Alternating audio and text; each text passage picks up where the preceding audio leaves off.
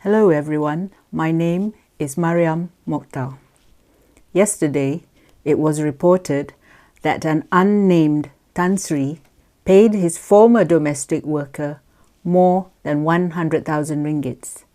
Now, 2 years ago, the 43-year-old woman from Malang in East Java had sought refuge in the Indonesian embassy in Kuala Lumpur after she fled from her wealthy employer.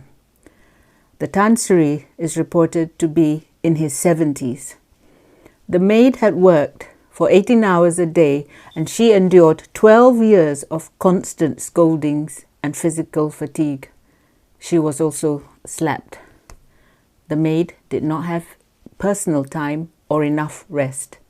For the first 7 years of her employment, she had taken care of the family of 6 adults and 2 infants in a large 5-bedroom house in Kota Damansara.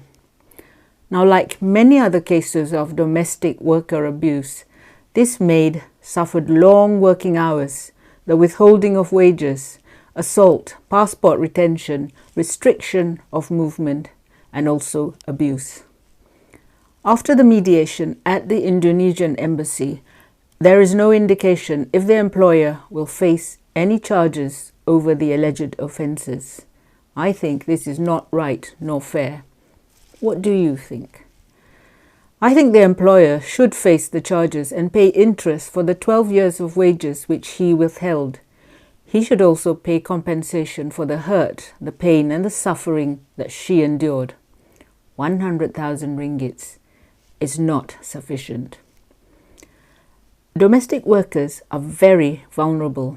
And how many times have we read about maids who are beaten unconscious, who are starved, sexually abused, mentally abused, threatened, denied leave, and have their passports confiscated by their employers?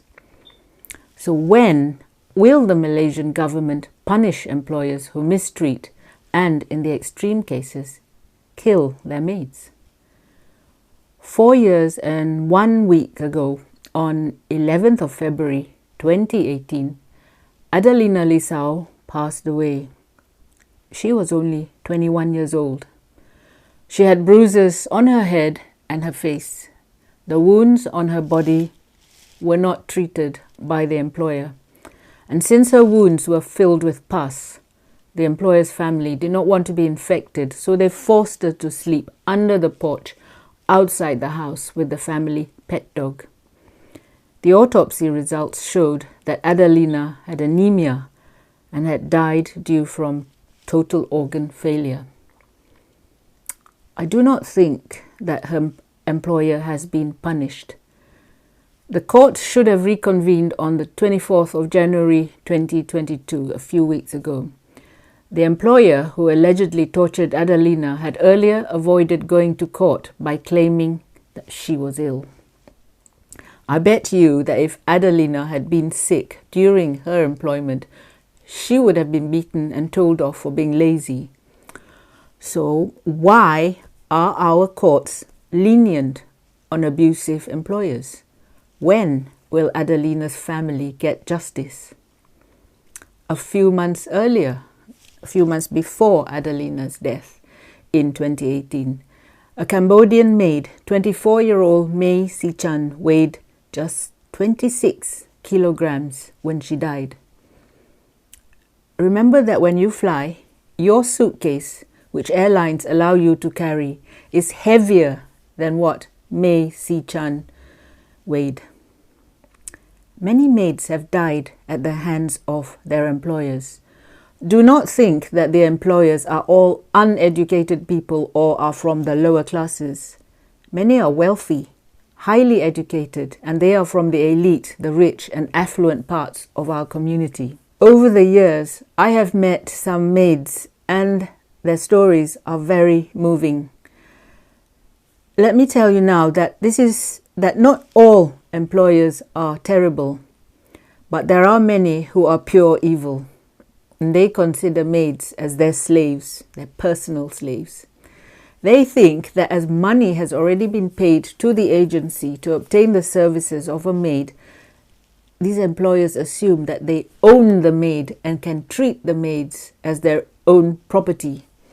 In many cases, they and their children are abusive to the maids. One domestic helper said that life with the employer was like going to prison. Once the gates to the property are shut, they feel very trapped and very vulnerable.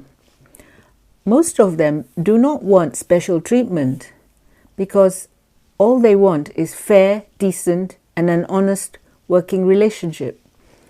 They left their comfort zones in Indonesia, Philippines, Thailand, Cambodia, and travel thousands of miles to earn a living. But many employers think that they are potential thieves and are lazy people. They're not. Now, many of these employers forget that without the maids, they cannot live the life of luxury and comfort. Who will clean the house, cook, wash, take care of the babies or the children? And the disabled, perhaps, and the elderly parents. Most people are not aware that the wannabe mak datin, or the high society couples and the social climbers, are the ones who like to show off their wealth. But they're also the ones who are most likely to employ illegal maids because they're cheaper. These wannabe mak datins lead a double life. They like to boast of their wealth, but they are too mean to afford a decent maid, and they will happily settle for an illegal one. When they are caught, these people have enough cables to the top, and so they pay bribes to the necessary people to get them out of trouble. These people are high society hypocrites, munafik. The following list are some of the ways that maids are mistreated. You probably recognize some people who do this. Number 1, employers who open their maids' personal letters.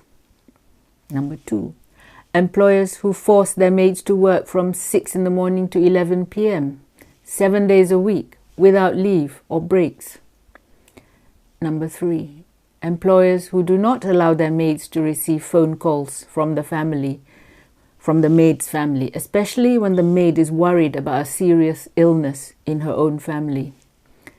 Number 4, every time the maid receives a phone call from her own family, her handphone is confiscated. In many cases, the employer will eavesdrop on the maid's personal conversation. I think that's very wrong. Number 5, when a glass or plate is broken, the salary is deducted from the maid's wages, despite it being an accident. Number 6, the maid's salaries are not paid promptly at the end of the month, but only when the maid leaves for holiday or on her final exit. Many maids find that they are not given interest for the salaries that were withheld. Number 7, the passports are taken from the maid as an insurance to stop the maid from running away.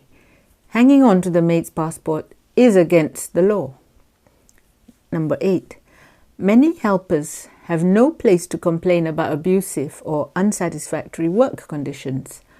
Some find that the work conditions are not what they were told they should expect. For instance, they are told that they are there to look after a couple with 2 children.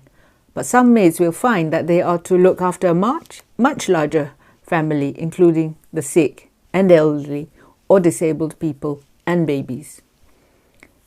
Number 9, many helpers find that the situation where they work very stressful. They receive severe scoldings, insults, and beatings.